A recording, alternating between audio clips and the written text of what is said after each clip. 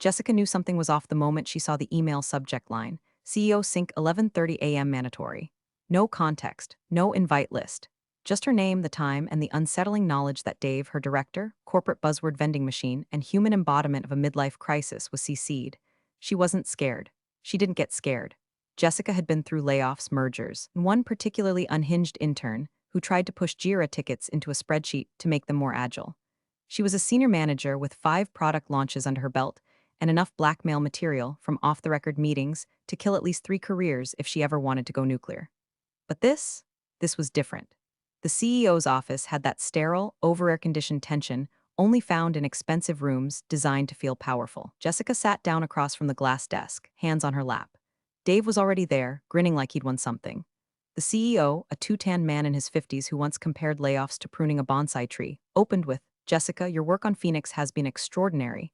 You've outperformed expectations, inspired your team, and frankly, you're the kind of leader we need steering us into new terrain." Jessica blinked. Compliments in this building always came with paperwork or a knife. "That's why we're promoting you to lead Project Nightingale. It's a sensitive initiative, high innovation, high trust, very forward-facing."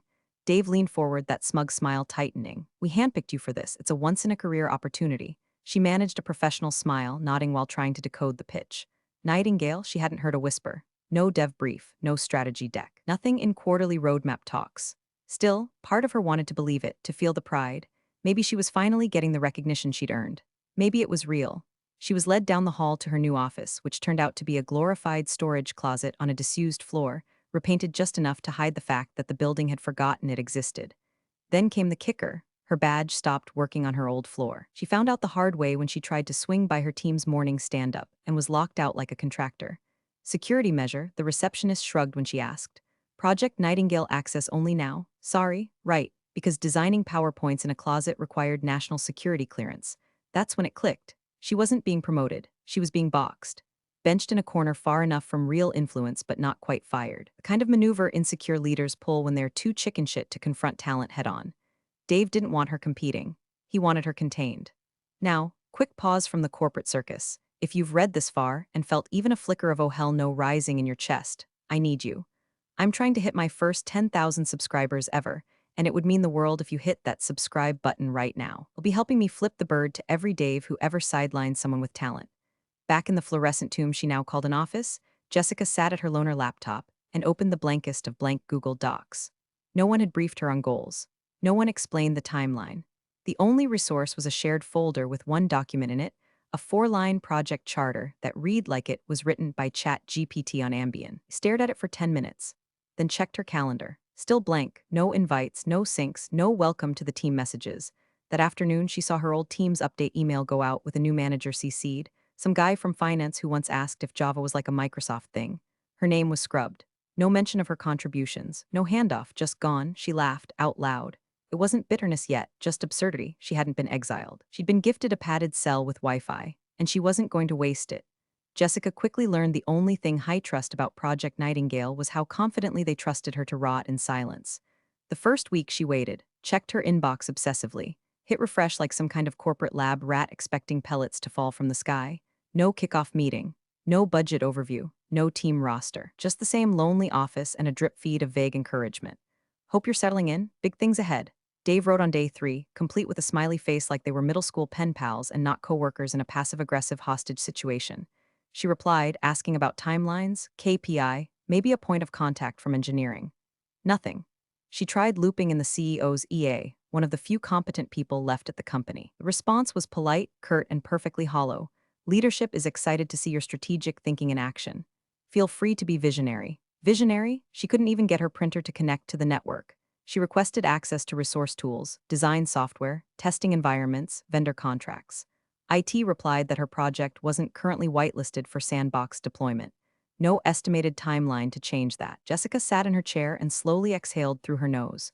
The air conditioning rattled above her like it was wheezing out sympathy. By week 2, she started submitting reports.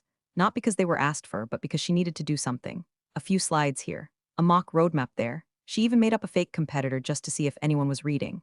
She called it Nightingale AI, a synthetic data platform with buzzwords thick enough to choke a Gartner analyst. Not one person responded. She'd gone full Schrödinger's employee, both promoted and discarded.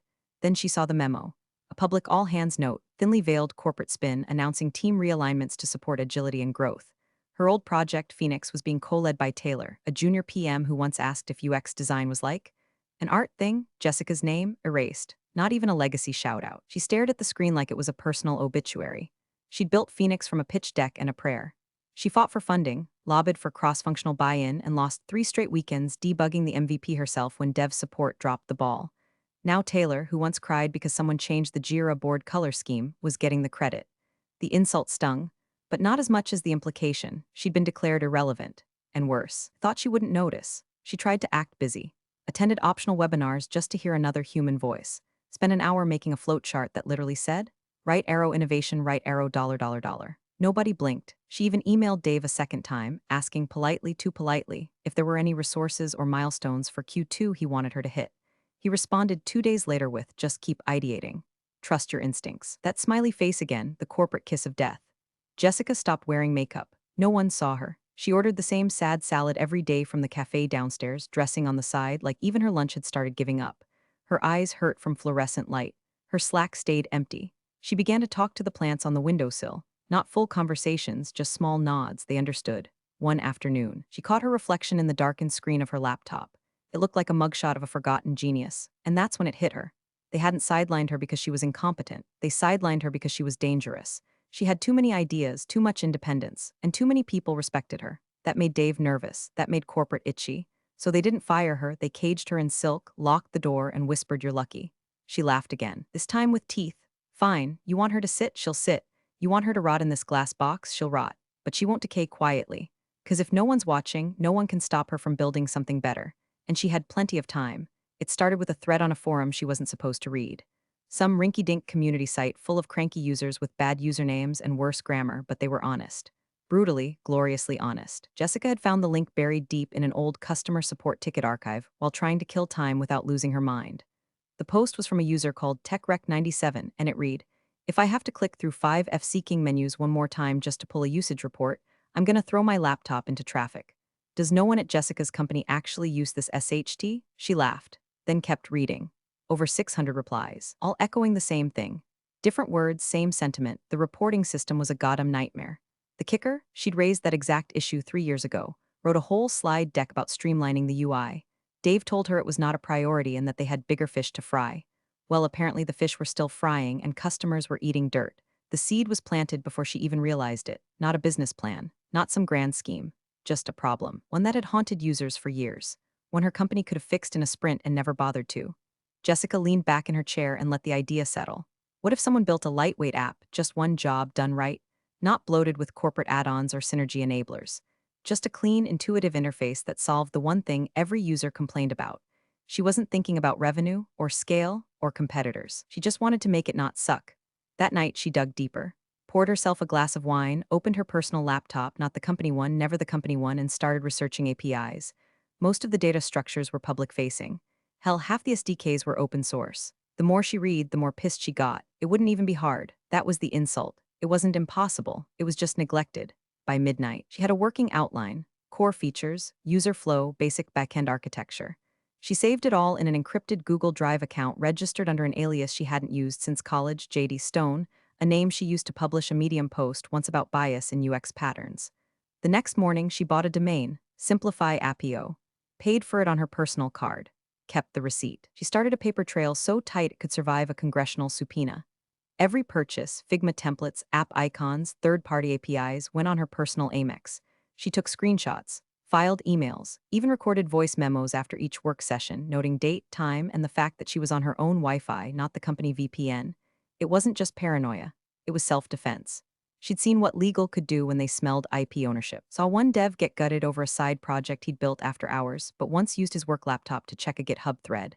Not her. She wasn't giving these clowns a single inch. At the office, she played the game. Still showed up on time, still wore business casual, still dropped into the occasional meaningless Zoom sync just to keep appearances. But at night, her real work began. She wasn't trying to burn the company down. Not yet. But the match was lit. She could already smell the smoke. Jessica stopped dreaming in words. Her brain now pulsed in snippets of Python, error logs, and UI frames. Days bled into nights like water into coffee grounds, bitter, dark, and wired with caffeine. By day, she wore the mask. bland beige blouses, flat-voiced Zoom check-ins, endless loops of PowerPoint decks with invented milestones like evaluate cross-platform ideation, and align KPIs with scalable synergies. She'd learned to type entire paragraphs of corporate nothingness while simultaneously debugging API calls in her head. By night, she lived.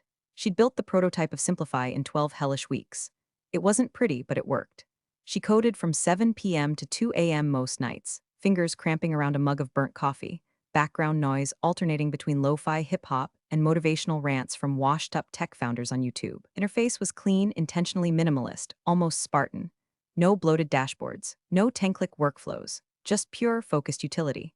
To polish it, she hired freelancers, a dev from Estonia to optimize her front-end load speed, a UI designer from Buenos Aires who turned her napkin sketches into beautiful, clickable layouts, a voice actor in Portland who recorded the onboarding walkthrough in a calm, reassuring tone. Every invoice paid in full, every task documented, every contract signed through her LLC, hastily filed under the name Stoneforge Labs. Stoneforge, because she was building in the dark with her own two hands. There were moments of pure high when a new feature worked perfectly, when the beta finally didn't crash after a CSV import, when she ran her first automated test suite and the logs came back green. It felt like rebellion, like building a guillotine out of Lego, but it came with cost. She forgot her cousin's birthday, slept through brunch with her best friend, had a splitting migraine one morning and still dragged herself to the office, clutching a Red Bull like a holy relic. Her eyes were ringed with exhaustion, her knuckles stiff from typing. She was burning out and didn't care, because for the first time in months her soul felt useful. Then came the near-death scare. It was a Thursday. She was in her office, testing a new integration with Google Sheets when the door swung open, no knock. Just the mechanical clunk of a corporate trader in Dockers. "Hey, Jessica," Dave chirped, way too cheerful for a man with the emotional range of a saltine. She nearly threw her personal laptop across the room. Instead, she slammed it shut, shoved it into a tote bag, and alt-tabbed to her work monitor so fast she sprained a finger. Up popped a half-finished slide titled Nightingale Vision Pillars Draft 4.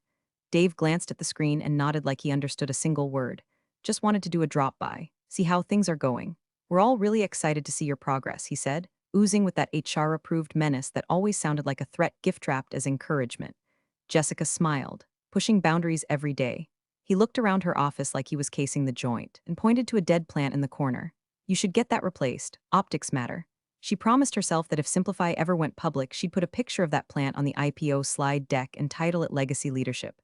When Dave finally left, Jessica didn't breathe for a full minute. Her palms were slick with sweat. Her heart thudded like a bass drum against her ribs, too close. From that day on, she got stricter. Work laptop for show only. Personal one never left her tote unless her office door was locked and blinds were drawn.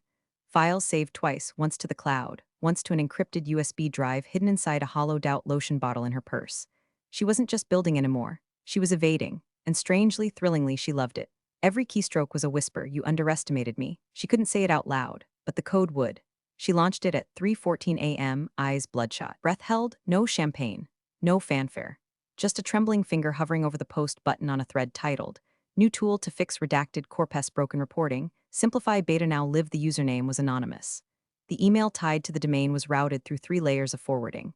The subreddit, obscure but active, haunts for the disillusioned, the DIY problem solvers, the power users tired of begging billion-dollar companies for a better UI. She logged off, walked around her apartment in circles, came back 10 minutes later, 12 upvotes, 30 minutes after that, 46 comments. By sunrise, over 1,000 users had downloaded the beta. She blinked at the analytics dashboard like it might be lying. CPU usage spiked. A server she was renting through a discount cloud provider nearly caught fire under the strain. She had to upgrade hosting tiers before breakfast. Then came the emails, not to her name but to the Stoneforge inbox. "Holy crap, this actually works. Finally someone fixed this. How the hell did you pull this off? Did you used to work for Redacted Corp? Because this feels like insider knowledge." Jessica sat frozen in her kitchen, still in yesterday's hoodie, watching her inbox flood with gratitude and disbelief. People didn't just like Simplify, they needed it. She barely slept that week. Not from work. Oh, there was still plenty of that, debugging crashes and issuing hotfixes, but from adrenaline. She was high on praise, on momentum, on the pure narcotic thrill of being right after being buried for so long. She refreshed the dashboard obsessively, at red lights, during lunch, even in the middle of one of Dave's soul-numbing Nightingale vision syncs, where he droned on about disruption waves and agile rescoping. Behind her corporate poker face, Jessica was checking DAUs and mapping retention curves. The numbers doubled every 3 days. One weekend, a write-up appeared on a mid-tier industry blog. Sick of waiting for Redacted Corp to fix their UI? Try Simplify, it's like they read our minds. It got reposted, retweeted, commented on by tech influencers with niche but loyal followings. One even called it the Zapier of corporate reporting. She didn't know whether to laugh or vomit. Then it happened. Buried in a company-wide marketing memo, slipped between Q3 projections and some nonsense about brand synergy, was a two-line blip. Noteworthy uptick in user churn traced to emerging competitor Simplify. Product appears to target key pain points in legacy systems. Attribution unclear, monitoring underway. Jessica reread the sentence 5 times. They noticed. They had no clue it was her, but they knew Simplify was real. Her hands shook, but not from fear. From confirmation, she was no longer just a disgruntled employee with a grudge. She was a threat, a silent one, a ghost in their system, and the empire that sidelined her? It had just felt its first tremor. It was a Tuesday when everything exploded. Jessica was half listening to Dave pontificate during their weekly Nightingale sync, which by now was a theater of the absurd. Today's topic, whether they should pivot Nightingale into a data storytelling initiative, whatever the hell that meant. She was discreetly scrolling through her phone under the table when her notifications lit up like a Christmas tree dipped in gasoline. A YouTube alert. A tech influencer she followed, Lex Byte, real name unknown, known for savage reviews and meme-level virality, had dropped a video titled, "This $0 app fixed what redacted corp couldn't in 5 years." Jessica's stomach dropped, not from fear, from impact. She clicked. Lex, hoodie-clad and caffeinated, was walking viewers through Simplify's interface, calling it elegant, stupidly smart, and the kind of thing you hope was built by someone who got screwed over at a big company and finally snapped. The comments were rabid, the likes skyrocketed. Her app's signups doubled in under 4 hours, and then her servers collapsed. She scrambled into dev mode, deploying backup instances, buying more bandwidth, calling her Estonian front-end dev at 2 a.m. his time. Everyone moved fast. Within 6 hours, Simplify was back online and with 5 times the user base it had that morning. By Wednesday, industry blogs were writing headlines like, "Simplify, the app eating redacted Corpus lunch." Who built Simplify? Rumors swirl around mysterious competitor. Simplify goes thermonuclear, legacy saw S giant caught off guard. And by Thursday, Jessica found herself sitting in a glass-walled conference room at headquarters, watching her own app projected on a screen, while Dave, looking like a man who'd just found termites in his Tesla, barked out orders to deconstruct their entire UX pipeline. "It's sleek," he admitted, choking on the word. "They're solving for friction points we've deprioritized. We need a rapid task force. I want daily reports. And if anyone finds out who built this thing, I want legal ready to move." Jessica smiled. Internally. Outwardly she nodded, took notes, played the role, even offered a completely fabricated theory that Simplify might be a VC-backed Trojan horse. They ate it up. She watched a junior analyst fumble through a competitive benchmarking slide comparing Simplify to their own product. The analyst noted that Simplify's interface felt like it was designed by someone who actually uses reporting tools. Jessica nearly choked on her coffee. That night, the company sent out a soft warning email from IT. Reminder, any development of external applications during work hours, using company resources, or involving competitive overlap must be disclosed. This includes any use of APIs, dev platforms, or cloud infrastructure tied to work credentials. Translation, they were scared, and they were starting to hunt. The internal security team was on it now. She heard whispers, people being checked in on, code audits being quietly run on company-issued machines, even one junior dev who had a GitHub repo frozen just because it had reporting in the name. Jessica was clean, obsessively so. Her tracks were covered in layers of plausible deniability and encrypted timestamps. But the pressure was building. She wasn't a ghost anymore. She was a phantom limb, something they could feel but couldn't identify, twitching where power used to be. The irony, they'd boxed her out to silence her voice. Now they couldn't shut her up if they tried. She sat in silence, watching panic bloom in the boardroom like mold behind wallpaper. The hunted had become the hunter, and they still didn't know her name. They found her on a Friday. Fitting, really. Corporate assassinations always seem to happen before the weekend, gives HR time to clean the blood off the carpet before Monday. It wasn't a public call. No email, no invite. Just a calendar block that appeared like a tumor in her Outlook. Private 1 p.m. C-suite 14th floor. No description, no attendees listed, but Jessica knew. She dressed like she was attending her own trial. Dark blazer, no jewelry, clean lines, no panic. She walked through the elevator lobby like a woman about to close on beachfront property, not stand accused of corporate treason. Inside the glass tomb of the executive boardroom sat 3 men, the CEO, legal counsel, and Dave, looking like he'd just been told his Peloton subscription had been revoked. The CEO cleared his throat. "Jessica, thank you for joining us. This is, admittedly, a delicate conversation." She said nothing, just sat. Let them squirm in the silence. Legal jumped in. "It's come to our attention that the application known as Simplify has been traced in part. Network log activity and metadata involving your work credentials." Dave added, "There's a clause in your employment contract, Section 4B. Intellectual property, anything developed during the period of your employment, may fall under company ownership if it overlaps with our market. Jessica reached into her tote bag, calm as a surgeon, and placed a thick manila folder on the table. Receipts, screenshots, email chains, timestamps, cloud access logs, every freelance contract, every software license tied to her LLC, every cent paid with her card, logged with forensic precision. Gentlemen, she said, voice smooth as ice over gasoline, I anticipated this. You'll find notarized statements from contractors, location track development logs, and full separation of company property and personal resources. Dave paled. The CEO picked up a paper, flipped a few pages, and frowned like a man realizing the rope he was holding wasn't connected to a noose, but a noose that looped around his own neck. Jessica didn't wait. She pulled out a second paper and slid it across the table. My resignation, effective immediately. Signed, dated, printed at home, by the way. Legal opened his mouth, some flailing reflex about arbitration, but she cut him off. You sidelined me, isolated me, buried me under fluff and false praise, hoping I'd fade out. But what you actually gave me was time. And in that time, I built something better than anything this company has touched in 5 years. Her gaze cut to Dave. You tried to make me disappear. Instead, you made me dangerous. The CEO spoke, voice tight. You understand what this means for the company, right? The exposure, the optics, she smiled. I understand exactly what it means. She stood, gathered her bag, and walked to the door. No theatrics, no last look, just a vibrating phone in her pocket. She checked it once she hit the elevator. Milestone reached 5,123 active users. Congrats, her app now had more users than the company's flagship product. She slipped the phone back in her bag, stepped into the elevator, and as the doors slid shut behind her, she didn't smile. She exhaled. The cage had opened, and she wasn't just walking out. She was walking away with the keys. It was raining in Lisbon when Jessica finalized the funding round. Not storming, just that soft, steady kind of drizzle that makes the streets shine and your brain slow down for the first time in months. She sat outside a cafe with her laptop, sipping an espresso that tasted like defiance and dark chocolate, and signed the final paperwork to close a $12 million seed round for Simplify. No board meetings. No Dave. No slide decks about value ecosystems. Just her vision, and a group of investors smart enough not to ask stupid questions. She didn't wear makeup anymore. Didn't need to. Her face carried that kind of glow you only get after surviving something that should have killed you, but didn't. Instead, it made you powerful. Simplify had crossed 7 million active users. They were onboarding enterprise clients now. Entire departments were jumping ship from her old company, some of them reaching out directly, offering to beta test new features, build integrations, evangelize. She gave some of them jobs, not out of pity, out of memory. They remembered what she was worth before the exile. Her phone buzzed, a familiar number. Chris PM from her old team. Solid guy, quiet rebel. Emergency town hall today. Utter chaos. CEO was trying to talk about navigating market shifts, and I swear to God, his voice cracked and he was tearing up. You're a legend here. Oh, and Dave was fired. Security badge didn't work this morning. He went nuclear in the lobby. Jessica stared at the screen for a long second, not smiling exactly, just absorbing. She pictured the marble lobby. Dave, red-faced, slamming his badge against the scanner like it owed him money.